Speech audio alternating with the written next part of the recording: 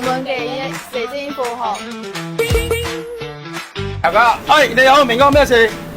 今日翻咗好多冰鮮個靚嘢喎，有咩好介紹啊？今日咧，我就同大家介紹一下我哋富豪嘅番茄紫紅參魚好啊，整嚟試下啦。好，即刻開始做。哇，球哥攞個鑊煎，會煎得靚啲嘅係咪啊？人哋又俾個煎湯煎，我又俾個鑊煎因為我哋咧係傳統嘅做法嚟㗎。而家咧煎得差唔多啦，講個出嚟先。在1974年，第一次在东南亚打自由国际就得了冠军。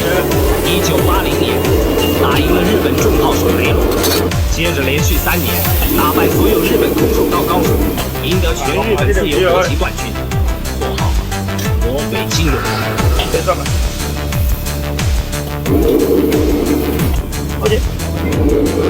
好，差唔多啦，依家差唔多啦。就係公告證啊！哇，幾靚係嘛？係色香味俱全喎，球哥。好，歡迎咧大家嚟我哋富豪海鮮酒家，品嚐我哋嘅深海紅參魚。